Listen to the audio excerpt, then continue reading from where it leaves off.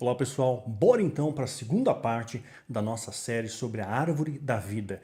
Eu tenho certeza que é um tema fascinante, é um tema que vale a pena você conhecer e nesse vídeo nós já vamos entrar em alguns aspectos que você vai poder compreender como essa pauta, como essa diagramação da árvore da vida, ela está muito alinhada com preceitos que você já está acostumado no dia a dia através do conhecimento das escrituras sagradas. Então presta atenção nesse vídeo, serão 3 vídeos, tá? Não é possível esgotar o tema nesse vídeo, né? Mas vai ter muita carga de informação, tá ok? Então, bora continuar. No terceiro vídeo a gente vai fazer um fechamento bem interessante para que você veja isso de uma maneira macro, tá? Para que você não veja apenas em parte, mas que você tenha a contemplar o todo. Lembrando, quando a gente fala de numerologia, quando a gente fala de cabala, né, o satanismo ele abraça a numerologia cabalística, porém ele deforma esses valores e adapta, né, a conceitos e valores e padrões que o satanismo tem como seu estribo, tem como esteio, tá ok? Então, para aprender a numerologia satânica, quando eu servia ao engano, eu tive, claro, que aprender também a cabalá hebraica, fazia parte desse escopo. Então eu tenho que tomar um certo cuidado aqui, porque a linha divisória é muito tênue, tá? Eu vou me ater apenas àquilo que é do conhecimento judaico e que tem relevância para você conhecer e mais, lhe trazer edificação. Não apenas no âmbito do conhecimento, mas também no âmbito espiritual e a gente vai falar sobre isso nesse vídeo, tá bom? Então, atenção aí nele, tá? Eu já falei no vídeo passado sobre os livros apócrifos ou também considerado pseudo-epígrafos. Inclusive, reforço, existe uma bíblia de apócrifos. Vale a pena você ter, tá? Como conhecimento, como conteúdo. Lembrando que os apócrifos ou pseudo-epígrafos, eles foram escolhidos, né, pelo homem para fazer parte, foram escolhidos quem ia fazer parte do cânon e quem não ia. Aqueles que foram rejeitados foram então os apócrifos. Mas tem muita coisa interessante nesses livros, inclusive do âmbito espiritual, tá bom? Então, existe inclusive na Bíblia, como eu já falei, citações nos textos que foram canonizados, nos textos que foram aceitos, existem citações na Bíblia sobre os livros apócrifos. Por exemplo, vou pegar aqui um texto, tá? Quanto ao mais, dos Atos de Salomão, é um livro, tá? Atos de Salomão, que foi rejeitado pelo cânon. Quanto ao mais dos Atos de Salomão e tudo quanto ele fez, coisas que Salomão fez e que não está registrado na sua Bíblia, mas está lá no apócrifo dos Atos de Salomão. Sua sabedoria, porventura, não está escrito no livro dos Feitos de Salomão? Perdoa, o nome do livro é o Feitos de Salomão, também conhecido como Atos de Salomão, tá? Essa citação na nossa Bíblia vai estar explicitada no livro de 1 Reis, no capítulo 11, verso 41. Tá? Uma coisa interessante, nesse livro apócrifo, né, o pseudo-epígrafo de Salomão, que foi rejeitado pelo cânon, nesse livro que é citado algo que eu já comentei em alguns vídeos, que Salomão, quando ele se afasta de Deus, lembra? 1 Reis 10, 14, era o peso de ouro que se trazia a Salomão todo ano. Quanto? 666 talentos de ouro. Ouro é uma extração sazonal, não é linear, mas ele recebia todo ano a mesma quantidade, 666 talentos de ouro, o que é bastante. Um talento são 34 quilos de ouro, né? Imagina quanto que Salomão não recebia por ano. Logo depois, esse 666, Salomão se inclina a Astarote, no capítulo 11, e outros deuses mais, né? Então ele deixou de vigiar e orar, e aí ele cai. Então se você não vigiar e orar, você cai. Aquele que está em pé, que vigie para que não caia, tá bom? Fica a dica aí, até Salomão caiu. Então, esse número 666 só vai ser retratado em Apocalipse 13, 18. Aí que nós vamos entender o significado. Você vê que o diabo ele preparou uma armadilha, ele ruge como um leão em derredor em busca de pegar o seu ponto fraco, né? Então, nesse livro é citado que Salomão, isso também está em livros da alta magia, né? Muitos deles cifrados, como eu já falei também, como a clavícula maior, clavícula menor de Salomão, a chave de Salomão, dentre outros, né? Que diz, então, nesse apócrifo é citado o seguinte, que Salomão, ele usou do seu conhecimento conhecimento, da sua sabedoria, para aprisionar 72 demônios. Curioso, né? 729. Aprisionou 72 demônios num vaso de bronze, né? Ele conseguiu, tipo Aladim, sabe, da lâmpada mágica? É essa história antiga. Salomão também tinha o seu gênio, né? Só que eram 72 capetas, né? E eles foram selados nesse vaso com uma série de símbolos mágicos, evidentemente eu não vou entrar nesse aspecto, né? E lá as entidades estariam sob o domínio de Salomão. Esse vaso não poderia jamais ser quebrado. Se ele fosse quebrado, corria-se o risco, então, isso não aconteceria, das entidades que lá estavam aprisionadas se libertavam, né? Se libertavam. Então eles poderiam ser libertos e eu desejar o quê? Fiquei preso tanto tempo, agora isso é vingança. Então o mago que aprisionava essas entidades, né, em vasos de bronze, tem que ser sempre material condutor, tá? Bronze, cobre, prata, material condutor, ferro, material condutor, aí sim você consegue prender esses bichinhos aí, né? Existe até um... não vamos entrar nesse mérito, né? Então, ele prendia ali. Se soltasse, eles escapassem, eles iam atrás daquele que os prendeu, sem dúvida alguma. Ia ser a vingança, né? Então esse artefato, esse vaso, era um vaso muito poderoso, né? Na época aqui, citado no apócrifo aqui, era um vaso de bronze, né? Então, através desse poder dos demônios, ele conseguiria extrair informações dos inimigos dele, ele conseguiria destruir os inimigos através de poderes, encantamentos, de magia negra, podia ouvir e entender todos os recados da natureza, conseguia compreender, por exemplo, se alguma entidade falasse com ele numa língua que ele não conhecia, então o Enochion, e aí ele aprimora aquilo, poderia até mesmo curar doenças, lembrando, doenças que o diabo causou, ele cura, doença de causa natural, Deus cura, tá bom? Então, tudo isso conferiam para ele, além de poder, uma sabedoria extraordinária, porque, segundo esses livros, Salomão aprendeu muito com esses demônios, né? E a sua sabedoria, que já era grande, ela foi ampliada muito mais para o lado oculto. Lembrando, Eclesiastes, Salomão se arrepende, tá? Tudo é vaidade, correr atrás do vento, Salomão está salvo, tá bom? Então, nos dias de hoje, esses objetos mágicos, eles continuam a ser confeccionados também. São chamados objetos amaldiçoados, os cavalos de Troia, como eu cito na série Filho do Fogo, composta de 7 livros, e a Novo Século agora fez Caixa Box, volume 1 e volume 2. Onde eu compro? Internet, gente. Agora a livraria está tudo falida, tudo pela internet. Site da editora Novo Século, Ágape, né, pela Amazon, americanas.com, enfim, Submarino, esses sites de compra aí, tá bom? Então, hoje em dia, é utilizado o aprisionamento dessas entidades através de um sistema que a gente conhece hoje, chamado gaiola de Faraday, né? Esse gaiola de Faraday é um invólucro, né, de um material condutor, né, usado para blindar o seu interior, né, de interferências eletromagnéticas. Esse é o conceito e aplicação da gaiola de Faraday, né? Ela surgiu através do experimento, muitas das descobertas foram meio que por acaso, então micro-ondas foi por acaso, né?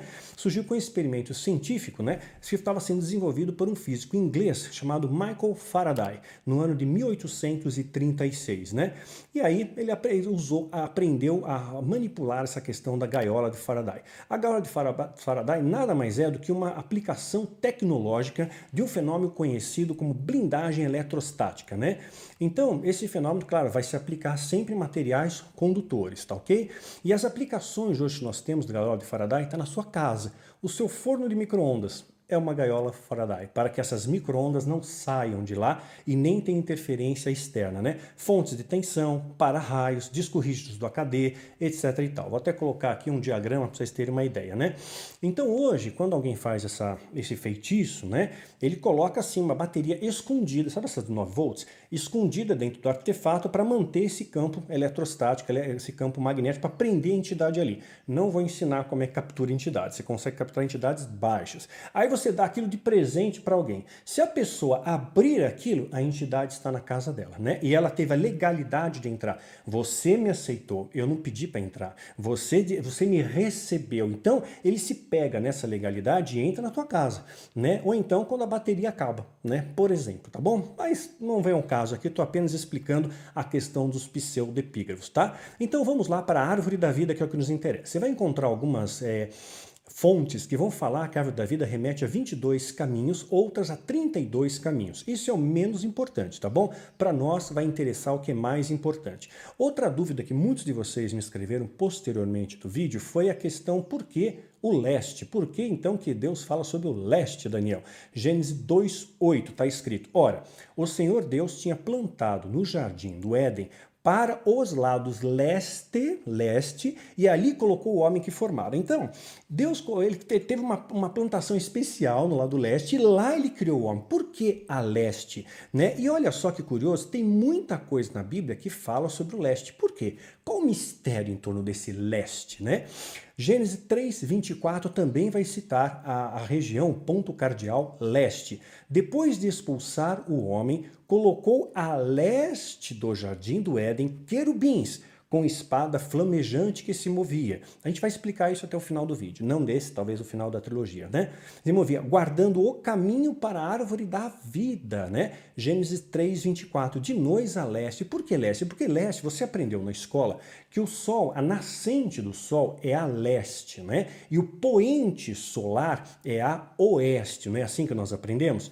Né? O sol nasce a leste, ou seja, ele nasceu, a sua luz chega, ele passa a iluminar então o paraíso, iluminar a criação de Deus, iluminar a árvore da vida, banha toda a criação de Deus com a sua luz, exatamente aonde? Nas primícias do dia, nas primeiras horas do dia, a leste, onde o sol nasce, tá? É por isso que está na Bíblia aqui, ok?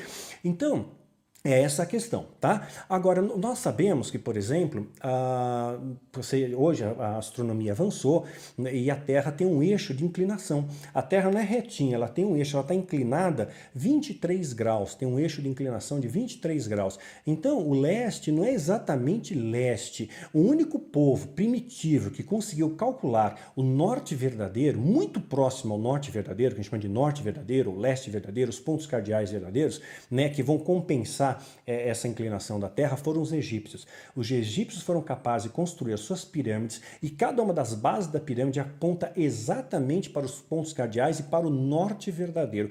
Pasmem, como é que eles sabiam disso? Ninguém sabe. Veja o livro nosso Rastros do Oculto, tá bom? E tem 2 vídeos no canal também, a história do diabo e a influência do diabo na história, vale a pena você dar uma olhadinha, tá bom? Esse termo leste é muito citado na Bíblia. Não é só em Gênesis, não. Eu vou pegar alguns versículos, toda a Bíblia tem isso aí. 1 Reis 17:3, está escrito: saia daqui, vá para onde? Vá para leste, esconda-se perto do riacho de Queribe, a leste do Jordão. Curioso, né? Jordão. Uma curiosidade, as pessoas perguntam: pô, Daniel, de onde veio esse termo judeu? Né, veio da tribo de Judá, judeu, tá bom? Isso aí, porque era a maior tribo, das 12 tribos era a maior de todas, inclusive Jesus é o leão da tribo de Judá, tá bom? Só lembrando que às vezes as pessoas me perguntam, eu esqueço, lembrei agora. Outro texto também fala leste, Deuteronômio 4:41. Então Moisés separou 3 cidades a leste do Jordão, né? Ezequiel 43:1. Então o homem levou-me até a porta que dava para leste de novo, né? E assim vai, né? Olha um outro que é interessante, Ezequiel 43:4. A glória do Senhor entrou no templo pela porta que dava para o lado leste. A glória de Deus, a luz de Deus entrou a leste, onde o sol nasce, onde vem a luz, tá? Então tem assim vai, né? Ó, Gênesis 13:11. Ló escolheu todo o vale do Jordão e partiu em direção para onde há leste, de novo, né? E assim por diante, tá bom? Então, uma outra questão também que vale a pena pontuar nesse vídeo é a questão do panteísmo. Existem linhas de panteísmo. O que é o panteísmo? Tudo é Deus. Se Deus é tudo, então tudo é Deus. Essa é a linha lógica do panteísmo. Deus é tudo, logo tudo é Deus. Então, a árvore é Deus, né? O meu gato é Deus, o rato é Deus, a ave é Deus, eu sou Deus, você é Deus, somos todos deuses, né? Mas não é assim.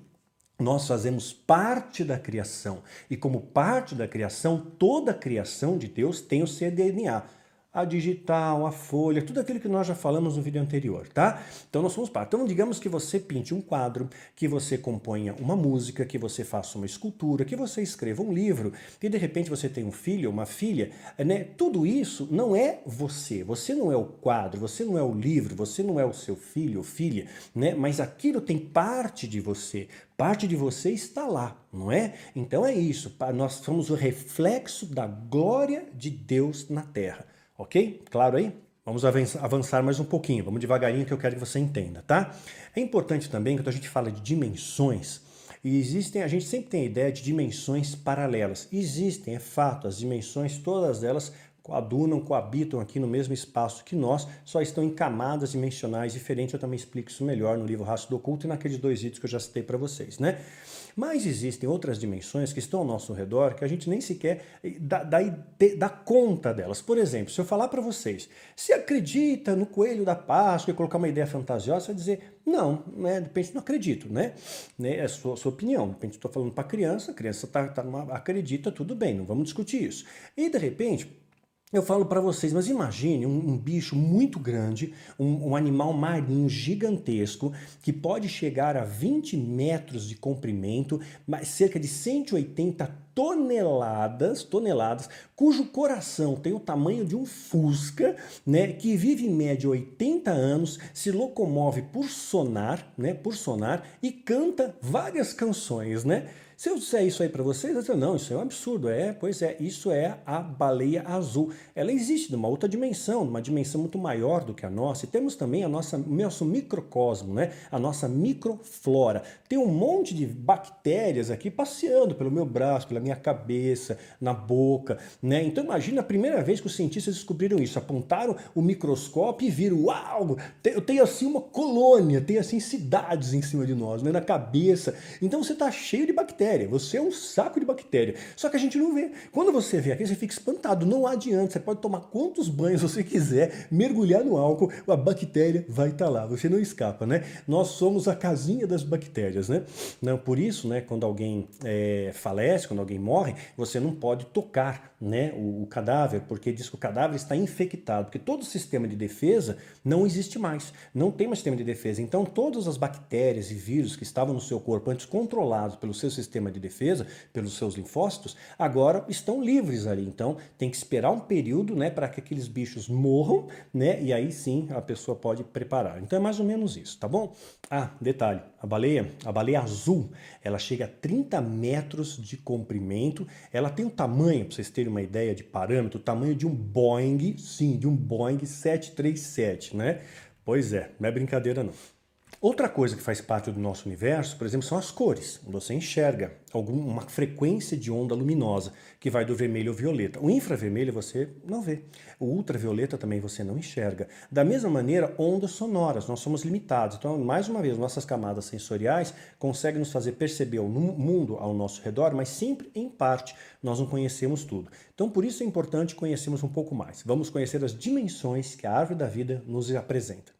Cada dimensão da árvore da vida, cada esfera, que é chamada também de sefirá, né? Então essas sefirás, essas esferas, elas são representadas, têm representações e elas também têm números, né? Como eu expliquei no vídeo anterior, né? Lembrando, sempre tudo vai derivar de 1 a 9. Meu número deu 10, o 0 não conta, tá bom? Esse número vai ser 1. Você somou os dígitos lá, a sua data de nascimento, você vai ter um número, somou, deu 10, você ignora o 0, é 1. Todos os números ao nosso redor, todas as numerações que você fizer, sempre vão resultar de 1 a 9. Então, por exemplo, mas eu contei 10, 10 voltou para ser 1. Agora é 11, somou os 2, deu 2. Agora eu sou 12, 2 com 3. Agora eu sou 13, 3 e 1, 4. Tá vendo que tudo vai dar 9? Você pegar qualquer número, e você somar os dígitos, somando, inclusive, para manter, finalizar, reduzir esse número em um único número, sempre ele vai dar de 1 a 9. Nunca vai dar um número superior a 9. Não importa o número que você pense, tá bom? Tem 25, 2, 5, 7, 54, 5, 4, 9, e assim por diante, tá bom? Mesmo de 3 dígitos, tá? E assim 4, 5, 1000 dígitos vai dar 9 do mesmo jeito, tá bom? Então, na verdade, essas esferas, elas são representadas por planetas, muitos deles não são planetas, mas era a concepção que se tinha na época, e eles não conheciam todos os planetas ainda do sistema solar, por isso eles vão somente até Saturno, só vão até Saturno. Então Urano, Netuno e Plutão, eles não conheciam, não tinha sido descoberto ainda, então eles só vão até Saturno, tá? Por essa questão.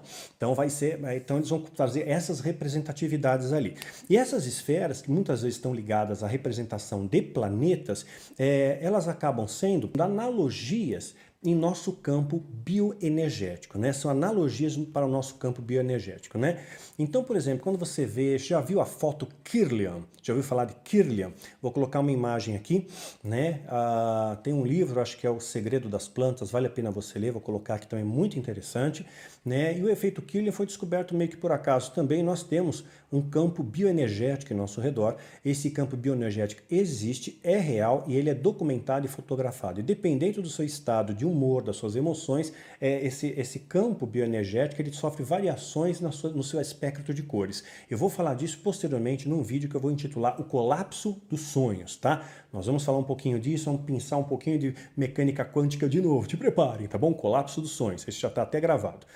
Então, essas esferas vão estar representando as esferas divinas da natureza de Deus, tá bom? Muitas vezes associado a planetas. Por exemplo, olha gente, para bagunçar isso aqui é um rascunho, mas dá para vocês terem uma ideia, tá? Então aqui acontece o seguinte, ó.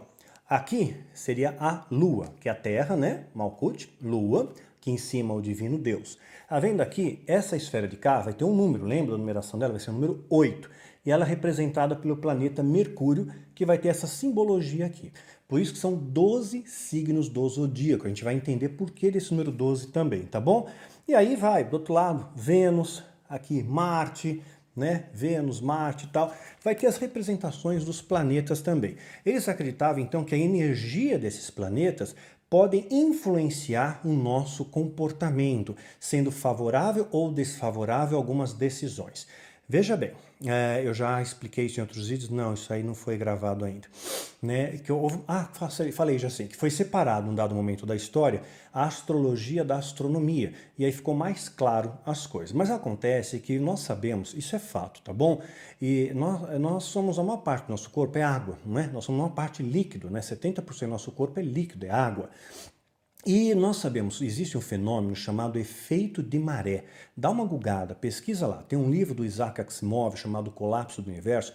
Ele explica muito bem essa questão do efeito de maré. Quando está a lua cheia, o que acontece? As nossas marés ficam altas, né? Por quê? O campo gravitacional da lua influencia na matéria, na água, matéria no seu estado líquido, e aí nós temos as praias mais cheias, né? Com as marés mais elevados, não é isso?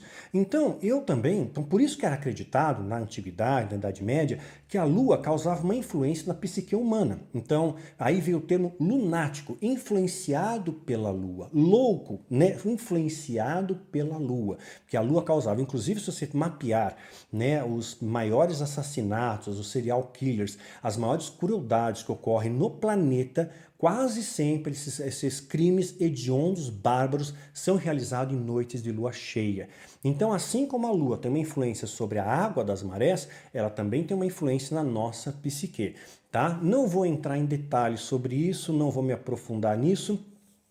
Se você tem mente de Cristo, você está protegido de qualquer influência, tá ok? Estou apenas falando, né, como é que funciona essa biomecânica que nós estamos sujeitos também. Então, por isso, na sabedoria judaica, a influência dos planetas, elas têm algo que pode alterar o nosso comportamento, tá bom? Então, nessa árvore da vida, aonde está a raiz dela, né? É uma árvore invertida, sabia? É uma árvore invertida. A raiz, ela está em cima, é Deus o Criador, né? É a raiz que alimenta o caule, que alimenta os ramos, que vai para as folhas, que dá fruto. Então Deus é a raiz, tá? Ele que traz toda a fonte de alimento, tá? Então qual é a nossa fonte de alimento? A palavra de Deus, né? Então, a raiz, aonde está a copa dessa árvore? Está na base. né, na base. Nós somos a copa desta árvore, né? Nós somos a copa. E essa copa da árvore precisa de luz. Nós precisamos de a luz de Cristo para nos manter vivos e para que essa luz permita que você e eu possamos dar frutos para Deus. É necessário luz, né? Então, e aí no meio disso, se você tem luz na sua vida, você tem Jesus que te ilumina o caminho, que te traz paz no seu coração, que te dá sabedoria, discernimento, você passa a dar frutos, frutos do amor, porque essa árvore, as raízes estão no amor. Então, se você não ama, você nunca vai entender a palavra de Deus. Nunca vai entender. Você esquece, você pode fechar a Bíblia, você não vai entender nada. Se você não ama a Deus, não ama o próximo, você é aquele crente que fala mal de todo mundo, fofoqueiro, birrento, mal-humorado, condena todo mundo, julga todo mundo, né, faz fofoca, você não é cristão. Ah, eu sou viciado em pornografia, isso, aquilo, eu traio, eu adultério. Pois é, você não sabe o que é amor. Você simplesmente não aprendeu. Quando você não entendeu o que é amor, a sua raiz não está na árvore da vida. Sua raiz está na árvore da morte. Na árvore da morte, tá? É isso que vai acontecer. Você vai morrer em vida. Não vai ter uma vida em abundância, tá? Sua vida não vai ser boa. Você não vai ter a plenitude de Deus que tem para você. Sabe aquela vida em abundância plena? Você nunca vai ter, né? Então fica a dica aí, tá bom? Então nós vamos dar frutos. Qual é o fruto? Fruto de amor, né? Quem ama dá fruto de amor. Porque a árvore, lembrando, ela dá o seu fruto. Ela não come o próprio fruto, não é? Olha o que Jesus falou em João 15:1. Eu sou a videira verdadeira e meu pai é o lavrador, né? O lavrador. Eu sou a videira, vós, eu, você, os varas, nós somos os ramos dessa videira. Jesus é a raiz, né? E quem está em mim e eu nele, esse dá fruto. Se eu estou em Jesus, se eu estou no amor, eu dou frutos de amor. Não frutos de egoísmo, não frutos de cobiça, não frutos de ganância, não gastando 300 milhões no final de ano, por exemplo, tá? Né? Você dá muito fruto, porque sem mim, nada podeis fazer. Sem você não está ligado na raiz, você é galho seco, né? Você é galho seco. Deus pode trazer vida? Pode, se você se arrepender e buscar de Deus uma vida restaurada, né? Nada, sem mim, sem estar nessa raiz, nada você pode fazer, você apodrece, a folha fica seca. Eu conheço um monte de vidas que se dizem cristãs, estão na árvore da vida, mas tá seco, né? Tá seco, não se permite ser alimentada pela raiz, né? Sua vida tá seca, tá árida, busca a fonte certa, né? João 15:5. Olha outra coisa, Mateus 12:33. Ou fazei a árvore boa e o seu fruto é bom. Se a árvore boa, o fruto é bom. Você diz, eu sou cristão, eu sou fruto do amor, minhas raízes estão no amor, o meu fruto tem que ser bom. Eu não posso dizer que eu sou cristão e promover divisão. Eu não posso dizer que eu sou cristão e ser conivente com as palhaçadas que fazem nos altares. Jesus expulsou os mercadores do templo. Eu não posso ter aliança com lobos, eu não posso me inclinar a falsos profetas, eu não posso me curvar às heresias que estão em nosso redor, eu não posso aceitar mentira no altar, eu não posso aceitar político no altar, eu não posso aceitar atos proféticos que são patéticos, que me enganam, mentem ao povo, que vem um monte de porcaria ungida para o povo. Isso não é fruto do amor, isso é fruto de ganância, é fruto humano, árvore da morte, não é árvore da vida. Né? A gente diz, sabe quem veio para roubar e matar e destruir? Ah, é o diabo, né? Pois é, lê lá, João capítulo 10. Gente, lê o texto. Jesus está dizendo que aqueles que vieram antes dele e que pregaram a mensagem mentirosa são falsos profetas. Esse sim, o falso profeta, não o diabo. O mercador da fé, ele vem para roubar, matar e destruir. Não é o diabo. Olha bem o texto, leia com atenção. Não está falando do diabo, fala de pessoas. Carne e osso, corruptas, avarentas, maldizentes, esse tipo de gente, tá bom? Tá falando disso, não é o diabo, tá? Muitas vezes o homem surpreende o diabo, o diabo até aprende umas coisas, essa maldade aqui eu nunca tinha pensado, não, isso daqui eu tô aprendendo, parece que o diabo tá fazendo estágio com a gente, né? Misericórdia, né?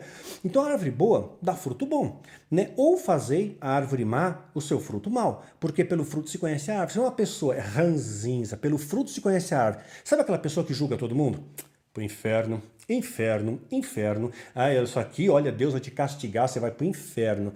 Deus não deu legitimidade para você julgar. Se você é julgador, você não tá ligado à árvore, seu fruto é mau porque sua árvore é má. Você está na árvore da morte, não na árvore da vida. Você é egoísta, você fala em ajudar e você não ajuda, você fala em amor e você não ama, você fala em perdão e você não perdoa, você quer tanto ser abraçado, mas você não abraça, não está na árvore certa. Né? Se coloque aí, tá bom? Mateus 12:33 está esse texto. Ainda de Jesus, ainda explicando. Assim, Toda árvore boa, óbvio, produz frutos bons. E toda árvore má produz o quê? Maus frutos, evidente. É tão fácil, eu vejo isso na rede social, você já sabe quem está ligado à árvore da vida e quem está ligado à árvore da morte. Facinho, você vê pelas palavras aí, pela hostilidade gratuita, falando mal, julgando, né?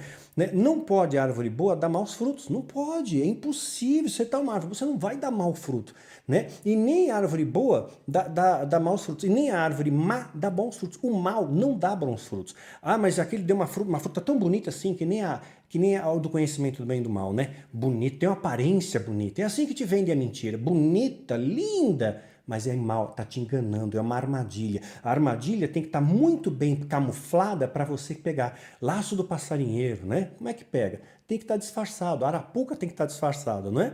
Toda árvore que não dá bom fruto, corta-se e lança no fogo. Você não está dando fruto para o reino? Que serventia você tem para o reino? Para pensar nisso, né? Portanto, pelos seus frutos os conhecereis. O mundo conhece você pelo fruto, não pelo que você fala.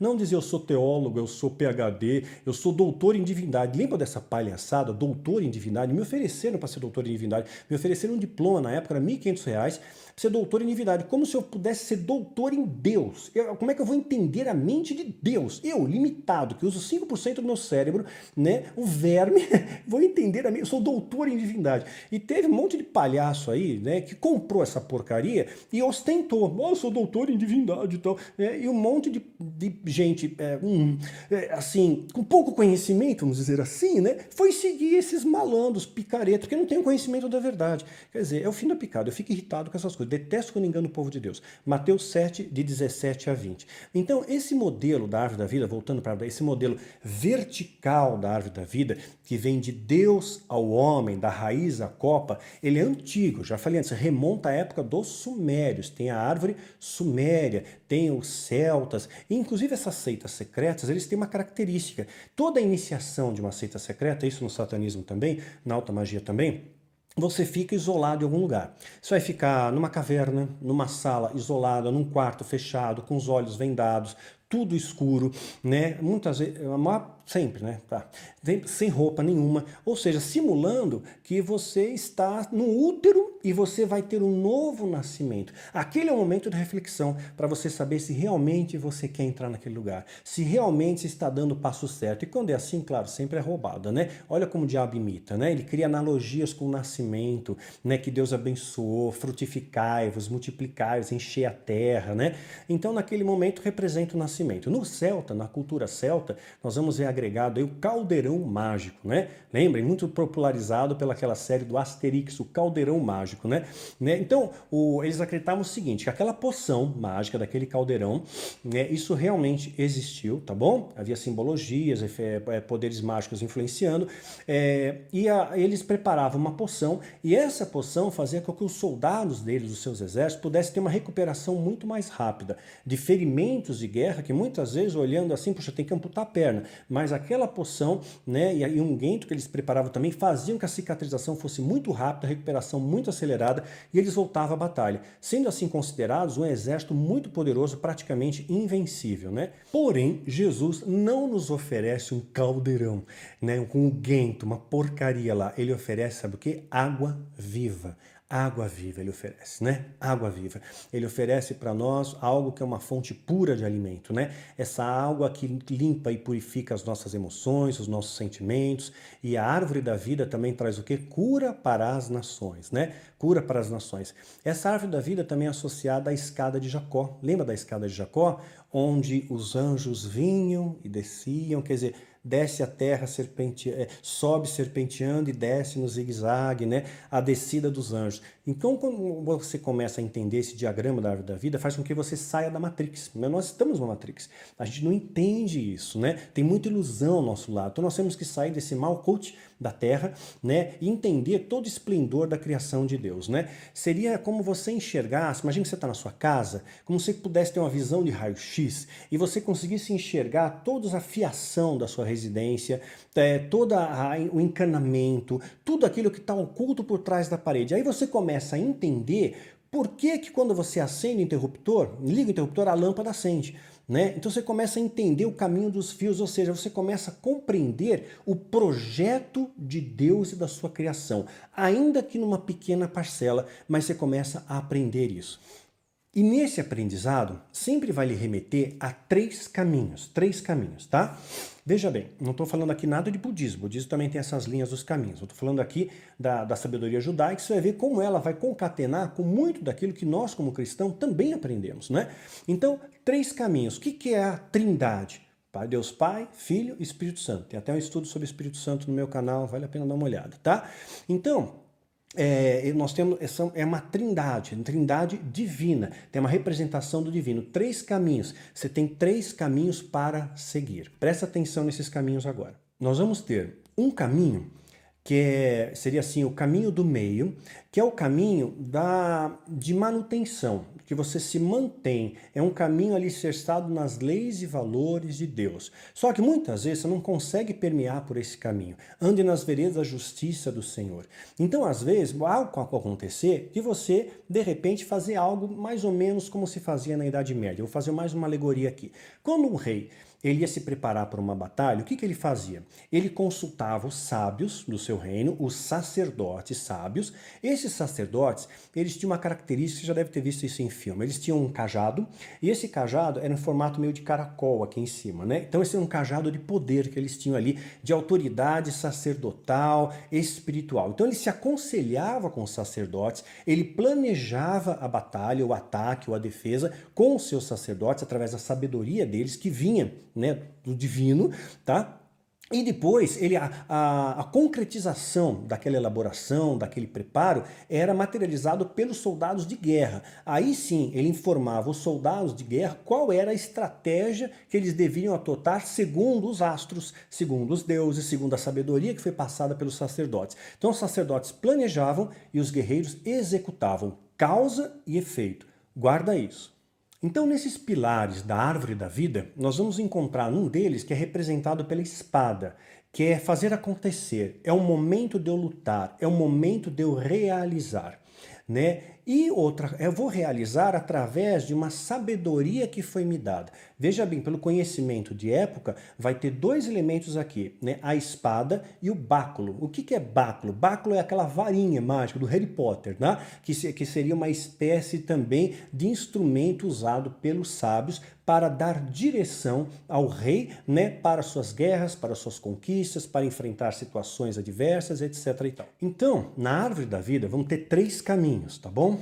Esses três caminhos aqui são caminhos divinos, são caminhos horizontais, tá bom? Lembra daquelas camadas de céu que a gente mostrava, as esferas celestiais, tá bom? Mais ou menos isso aqui, tá? O negócio, vendo ó, aqui, ó, três caminhos, um, dois, três caminhos divinos, trindade, tá bom? Você vai começar uma subida a partir de baixo aqui da Terra, do Malkuth, tá? Então vai ter o caminho do meio, né? Vai ter o caminho da esquerda. O caminho da esquerda é como se fosse um espelho, tá? Vai ser a sua esquerda mesmo, como se fosse um efeito espelho. Vai ser o guerreiro, que é o momento de você colocar em prática os seus sonhos, o momento de realizar. A direita é o momento de você planejar, é o momento de você planejar com sabedoria, é o momento de se aquieta, planeja, idealiza, se prepara para, né? E o caminho do meio, você mantém aquela situação. Essa situação tá boa para mim, eu vou manter nisso, está funcionando, eu estou no caminho certo, tá ok? Marcou até aí? Então nós vamos ter três esferas, três sefirás, tá? Nesse modelo da árvore da vida para a direita, três para a esquerda, tá bom? Então se eu pegar o caminho, ó, vou ter três caminhos de um lado, três caminhos do outro, ok? Guardaram até aí? Vamos devagarinho então. E mais o caminho do meio. Então serão três caminhos à direita, três à esquerda, três no meio, totalizando 9 caminhos ou 9 forças, tá? São 9 forças ou 9 hierarquias.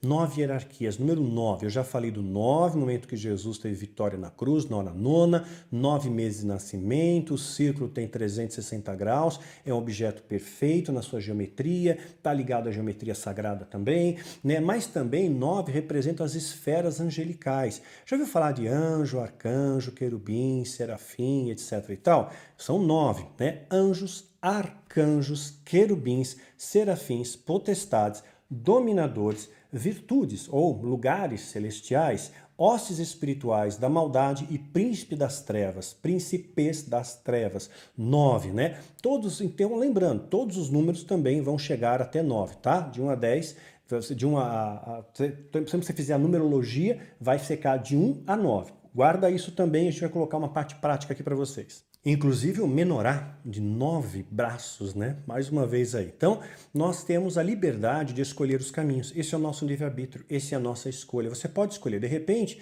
você está destinado a um caminho X e você opta por um outro caminho. Essa sua escolha poderá retardar, adiar o seu desenvolvimento espiritual e lhe furtar de poder colher frutos de bênção, frutos de uma vida em abundância. Toda escolha tem uma consequência, é causa e efeito, ação, reação. Isso está em todo o universo, tá? Então, o nosso livre-arbítrio, nossas escolhas vão determinar. Então, cada ano, por exemplo, também corresponde a nossa idade, ela vai ter um número associado. Por exemplo, vou falar de mim, tá? Eu tô atualmente com 53 anos. Dia 9 de março de 2021, vou fazer 54, né? Aí vou para 9, ser promovido para o número 9. Mas eu tô no número 8. A minha data de nascimento também vai coincidir de ser 8. Nasci no dia 9 de março de 1967. A soma dos dígitos, mantendo um dígito só, vai dar 8. Lembra o significado dos números? Não vou repetir aqui. Olha no vídeo passado, anota lá. Então, vai ser 8 para mim, tá? Então, eu nasci com, digamos, uma espécie de destino espiritual a ser 8. E tudo aquilo que o 8 representa, tá bom? Então, coloquei bem por cima, né? Mas os principais pontos de cada número. Então, é isso aí. Agora, quando a minha idade cronológica na Terra, o meu Cronos, ele tem o mesmo número, né, do correspondente ao meu nascimento, significa que esse ano, 2021, no meu caso, tá bom? Ou seja, esse potencial vai ter valência somente até o dia 9 de março de 2021, até o dia 8, né? Então só vale até ali. Eu vou te explicar o porquê. Então, seria o momento de eu realizar coisas, de eu fazer realizações. Curiosamente, não tinha nem pensado nisso, tá? A coisa aconteceu porque aconteceu. Nós vamos lançar o nosso portal, né? Agora já no começo do ano, o site vai ter um portal muito amplo, uma dinâmica muito legal, né? Vamos colocar os nossos livros em PDF, a História de Mitre, tomo 1, em a versão português, inglês e espanhol, né? Vamos publicar também os 7 Espelhos da Alma, né? Um livro robusto, também, e tudo em e-book, tá? E também o tomo 2 da História de Mitre. Nesse momento a gente só está refinando o texto, mas provavelmente segunda quinzena de fevereiro de 2021, nós vamos estar publicando no nosso portal a versão em e-book do tomo 2 da História de Mitre, bem como o Diário do Micael, o Vampiro que não gostava de sangue e até mesmo uma apostila de Kung Fu. Essa sem custo, o Diário do Micael sem custo também, né? Então, para poder baixar. E o livro físico, né? Já conversei com a editora, com o Novo Século, eles vão lançar o livro físico pela editora. Quem quer o livro papel, a editora vai trabalhar nesse processo. Demora um pouco mais, que tem que diagramar e tudo mais, né? Capa, toda aquela coisa. Então, o livro físico compra da editora, os outros compram no e-book. Então, está acontecendo coisas, né? Então, tá acontecendo, quer dizer, não é questão dos números, mas é curioso que os números ficam catendo aí, né? É interessante isso, interessante, né? É a questão da possibilidade. Você não pode, existem cálculos matemáticos na mecânica quântica, por exemplo, você não sabe determinar a posição de um elétron, né? Nesse microcosmo, a gente não sabe, o elétron aparece em um lugar, ele desaparece, ele aparece em outro, teve até a experiência do gato de Schrödinger, né? Que é fantástica, eu vou explicar isso no vídeo O Colapso dos Sonhos. Então o elétron, ele aparece e desaparece, você não sabe aonde o elétron vai aparecer, mas existem cálculos que colocam a possibilidade do elétron aparecer em tal ponto. A mecânica quântica, toda a dinâmica dela é isso. Ela é pautada por uma questão de possibilidades. Isso vai concatenar com as linhas teóricas dos multiversos também. São possibilidades, né? Muito interessante. Então existe uma possibilidade, pela numerologia aqui do Kabbalah, né, de eu associar a minha idade com o número do ano que eu estou vivendo, ser a mesma, é um período forte, onde eu tenho probabilidades, possibilidades de fazer realizações maiores, né? É como se, usando entre aspas, é como se o universo, né, conspirasse a meu favor, como se Deus abrisse uma janela e disse, olha, agora, Daniel, agora você tem que fazer, né? Antes você planejou, agora é hora de realizar. Mais ou menos isso, tá ok? Então, Então, quando você tem, vamos supor que o seu número deu, vamos colocar aqui, vai, o seu número deu, a data de nascimento, perdão, nascimento é uma, você tem hoje 27 anos, tá? Então, 27, 2 mais 7, né? Quanto que vai dar isso? Dá 9, né? Então você vai ter o número 9 que você vai estar aqui. Está no começo da base, está no caminho do meio, tá? Então um caminho de manutenção, ok. Deus vai te manter nesse caminho, vai te dar força para se manter, para você não sair nem para a direita nem para a esquerda. Aí de repente o seu número deu 5, né? Puxa vida, deu 5 aqui. Então você vai ver o que o número 5 corresponde. Aqui é espada, aqui é o fazer, aqui é o planejar. Desse lado é o planejamento. Deu 4, então é hora de você planejar, de você idealizar, de você se preparar espiritualmente. Não é o momento de realização, né? E quando é aqui, são as realizações. Aqui os seus sonhos, aqui as realizações. Ah, Daniel, esse meu número, sei lá, deu 8 nesse ano.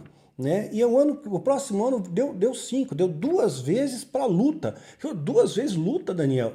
Então quando acontece isso, você ora. É o momento de orar, o momento de rezar, de meditar, que você tem que acontecer mesmo, né? Então é isso. Porém, se você está no 5, você tem o livre-arbítrio de ir para outro caminho. Você pode escolher vir para o 6, você pode escolher ir para o 4, né? Mas o perfeito seria isso. Isso aqui é o mundo ideal. Tá bom? O mundo perfeito, tá? E às vezes você pode oscilar para um lado ou para o outro, ok? Mais ou menos entendido até aí?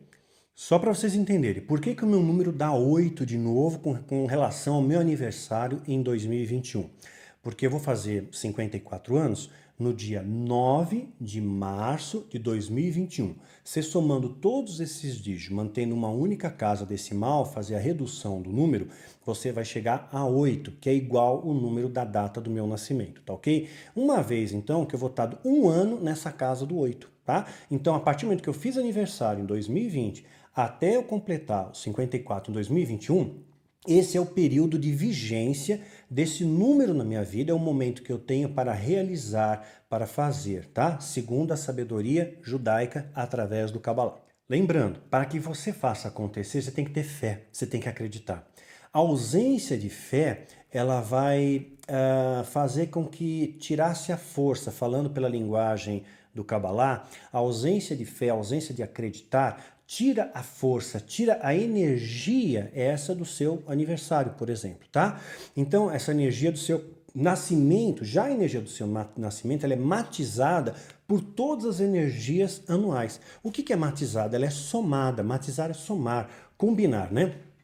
Então, reforçando, anos do guerreiro, espada, realizar. Ano do sacerdote, idealizar, tá bom? Se preparar. Ano do meio, ok, Deus me dá manutenção para mim, eu estou no caminho do meio, tá? É o caminho mais próximo lá para ser, mais a sala do trono. Porém, na vida teremos aflições, vamos ter o nosso zigue-zague, né? Eles acreditam também que os planetas, né, eles estão ligados diretamente às influências da árvore da vida, como eu já falei anteriormente. Então eles acreditam o seguinte, os planetas orbitam em torno do Sol. Então eles já tinham esse entendimento da teoria heliocêntrica, não é a Terra o centro, mas o Sol o centro, não do universo, do nosso sistema solar. O Sol, então, é o centro. Os demais planetas, eles orbitam em torno do Sol. Então aqueles que estão mais próximos do Sol terminam mais rápido a sua órbita, né? O contorno. Os que estão mais distantes, é mais lento esse processo. Guarda também essa informação, tá bom? Então, por exemplo, se a gente pegar um planeta que está perto de 7 planetas que eles chamam, lembrando que nesses planetas vai entrar o Sol e vai entrar a Lua, que não são planetas, mas estou falando aqui à luz do conhecimento, da interpretação do Kabbalah, tá bom? Para você entender, depois a gente soma isso com as questões bíblicas, tá? Então eles consideram 7, tá? 7 também está associado aos nossos dias da semana. Olha só quanta coisa. 7 dias da semana, Deus descansou no 7º dia. Apocalipse fala das 7 igrejas, né? Fala uma série de valores. O número 7 está muito presente, é um número perfeito, né? Está citado as 70 semanas de Daniel. Quantas vezes eu devo perdoar? 7 vezes? Da onde veio essa ideia? Era um conhecimento que eles já tinham. Não, 70 vezes 7. Então, esse 7 está muito presente. Curioso, na Kabbalah também. 7, né? 7 planetas que vão influenciar o seu comportamento. Então eles interpretam que cada planeta, né, vai ter uma associação, planeta, que é Sol e Lua fora, tá? Mas vocês consideram como, então a gente vai inserir aqui. Então eles consideram que cada planeta corresponde a um dia da semana. Então no domingo, para eles, é o Sol. Na segunda-feira, representa a Lua e assim por diante, tá? E o mais distante do Sol, né, pelo conhecimento que eles tinham na época, eles não tinham descoberto ainda, né, só tinham descoberto até Saturno, né? Então Urano, Netuno e Plutão não haviam sido descobertos ainda. Então o mais distante é o planeta Saturno, que tem os anéis, tá? Então Saturno, ele leva 28 anos terrestres para dar uma volta no Sol. Eu tenho que pontuar isso. Depende muito, para a gente contagem de tempo, depende do ponto de referência. Então estou citando anos terrestres, porque esse é o ponto de referência para a nossa contagem. Se eu disser quanto dura um ano em Saturno? Um ano. Né? Se você tivesse em Saturno, um ano em Saturno levaria o equivalente a 28 anos terrestres, mas em Saturno seria só um ano. É assim, tá? Mas comparativamente, colocando a Terra como ponto referencial, então um ano para o Saturno fazer a órbita em torno do céu levaria 28 anos terrestres. Os números aqui são aproximados, tá bom? Não estou dando detalhe, só estou arredondando. Júpiter levaria 12 anos terrestres para dar a volta em torno do Sol. Marte está mais perto da Terra, leva 2 anos terrestres para completar a sua órbita em torno do Sol, órbita essa chamada de translação. O giro no seu próprio eixo, rotação, translação em torno do Sol numa forma elíptica, né? E o Sol? O Sol leva um ano. Mas o Sol está estacionado, sim, mas eles interpretam que a data de vigência do seu aniversário. Ou seja, você nasceu às 10 da manhã, né, sei lá, do dia 22 de maio, 10 da manhã, por exemplo, tá? E aí, quando você fizer aniversário de novo, no dia 22 de maio do próximo ano, às 10 da manhã, o Sol vai estar na mesma posição, não é assim? Né? Ah, eu nasci a meio-dia, nasci às 2, nasci às 4 da manhã, o Sol estará na mesma posição da data que você nasceu. Então, eles interpretam que o ponto de partida do Sol e o ponto de chegada corresponde a esse ciclo de um ano na sua vida que corresponde à sua contagem de tempo para calcular a sua idade, tá bom? Então essa é a questão. Por que você apaga a vela no aniversário, né? Você apaga a vela é luz, né? A vela é luz, ela tem calor, tem luz, é uma representação aqui do Sol, e você apaga aquela vela com o seu sopro, né? Com o seu sopro de vida que você tem, simbolizando, encerrei um ciclo. Acabou um ciclo do Sol, agora acabou. Apaga esse Sol, vamos acender de novo para mais um ciclo. É essa a interpretação que eles têm, tá bom? Vênus está mais perto do Sol, é que ele orbita em torno do Sol num período de 9 meses terrestres. E Mercúrio, o mais próximo do Sol, ele orbita em torno do Sol em apenas 3 meses, mais especificamente 88 dias, né? Então, o mais próximo aí da Terra vai ser a Lua. Né? Veja bem, eles interpretam a Lua como planeta, tá? É um astro natural da Terra, né? Mas então a Lua é o mais próximo da Terra. Então ela leva 28 dias para dar a volta ao redor da Terra. A Lua, porque está muito próxima do campo gravitacional da Terra, ela não tem rotação, ela só tem translação. Então ela gira em torno da Terra, mas a mesma face dela está sempre voltada para o nosso planeta, né? Então ela não possui rotação, assim como Mercúrio. Mercúrio também não, ele está tão perto do Sol que ele não gira. Ele só tem rotação, não tem translação, né? Então, o gráfico da árvore da vida vai representar algo vindo do mais sutil, né, mais longo, mais distante, vindo de Saturno, até algo mais denso que a própria Terra, tá? Então, vão ser essas esferas que vão ser atravessados aí, né?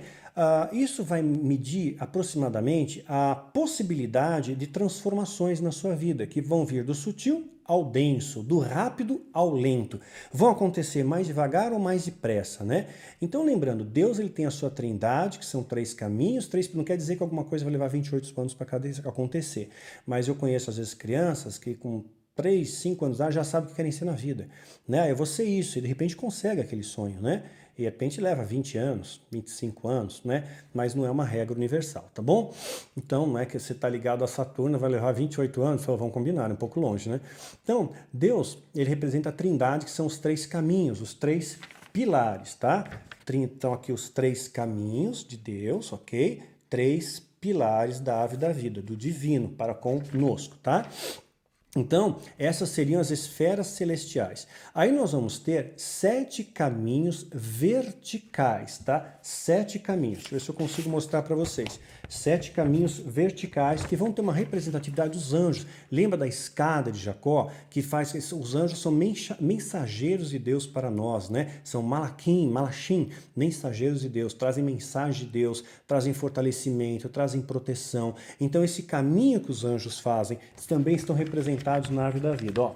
Aqui, ó, vai ter né? Tá vendo aqui, ó? Caminho, ó. 2, a ligação aqui pro 2. Depois aqui, ó, 3, 4, 5, 6 e 7. 7 caminhos, tá? Então, 7 caminhos representam ali os anjos, né? Os anjos, 7 caminhos que os anjos chegam até nós na Terra, pela representatividade da árvore da vida. Lembrando que o número 7 está muito presente nas Escrituras, vou falar de novo, 7 caminhos, 7 igrejas, 7º dia de descanso para Deus, 7 dias da semana, 7 vacas formosas, que foi o sonho de Faraó, né, que José interpretou no Egito, 70 semanas de Daniel e etc e tal, né? E nós também vamos encontrar 12 caminhos para a humanidade, 12 caminhos nossos, de escolhas nossas, né? Representada por 6x, faz x, é a expressão, e esse 12 vai estar muito presente, vão ser 12 humanidades, que eles chamam 12 humanidades, 12 tribos, 12 apóstolos, 12 portas em Apocalipse, 12 pérolas, também citado em Apocalipse, 12 portas, né? Então, olha só que interessante aqui, vou mostrar onde é que fica esses 12, tá? Eu fiz aqui com caneta luto, ó. Um caminho, 2 caminhos, tá vendo? Aí, ó, de novo para cá, ó. 3, 4, né? 5, 6, 7, 8, 9, 10, 11, 12. 12 caminhos que vão entrelaçar aqui a árvore da vida. Desculpa do desenho, tá? É uma maneira de explicar para vocês, porque eu não sei como montar esses gráficos aqui. Se conseguir na minha equipe, beleza, não sei de onde acha tudo isso aí, né?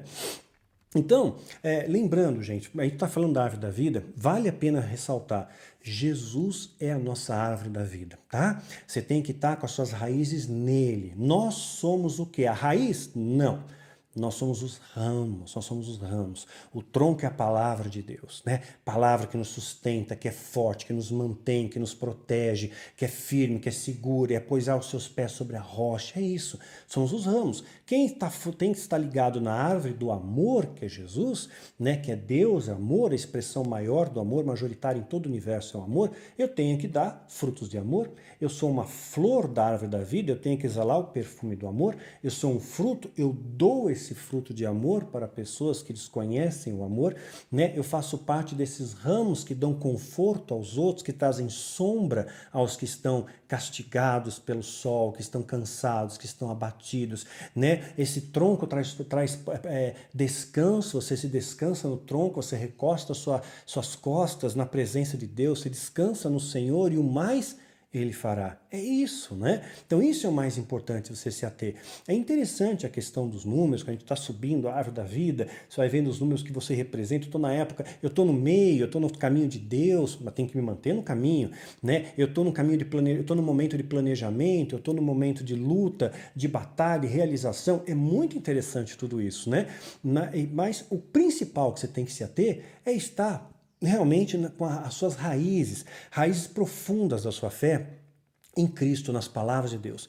Porque nós somos, a Bíblia diz, nós somos o quê? Carvalhos de justiça, plantados pelo Senhor aqui na terra, para fazer diferença, sabe? Fazer diferença, não para apontar o dedo, não para criticar, mas para exalar o perfume do amor. Esse mundo carece do amor. Gente, as coisas vão ficar piores. Esse ano é um ano que muita coisa vai acontecer, vai ter grandes desdobramentos. Talvez em 2022 dê um respiro, 2023 o bicho começa a pegar com grande força.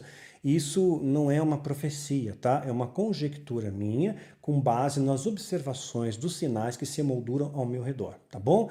Então, pautado nessas observações, pautado nos sinais, tendo esses sinais como meu esteio, eu posso dizer que estamos próximos de algo que vai acontecer, que as profecias bíblicas já chancelam e dizem que vão acontecer. Não vamos mudar isso, né? Isso vai acontecer. O final dos tempos vai vir e não vai dilatar o tempo. Jesus disse que vai abreviar o tempo. Se o tempo não fosse abreviado, ninguém suportaria, né? Então não adianta orar para dilatar, o tempo vai ser esse. Juntos nós somos mais fortes, viu?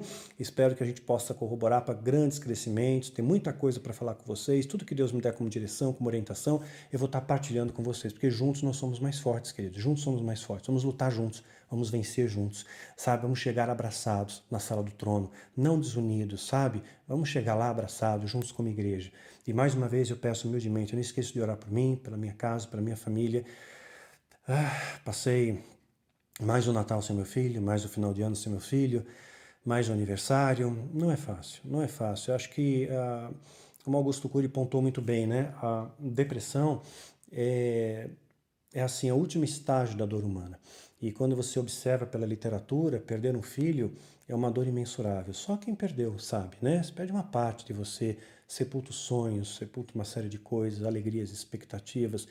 Então eu estou aqui para honrar Deus, eu sei que Deus tem tudo de propósito, eu já descanso no Senhor, sei que tudo tem o tempo dele, não tenho todas as respostas, evidentemente, vou ter no céu, aqui eu só sei em parte conheço, em parte profetizo, mas há momentos, claro, de abatimento, há momentos de dor, de tristeza, então eu peço que vocês orem pela gente, nos cubram com as suas orações, peço que vocês não esqueçam de semear nesse ministério, tá? De mãos estendidas, para que a gente continue oferecendo para Deus o nosso melhor, sabe? Com qualidade para o reino, sabe? Eu não tenho ambição de ouro, prata, de ter jatinho, fazenda, avião, nada disso.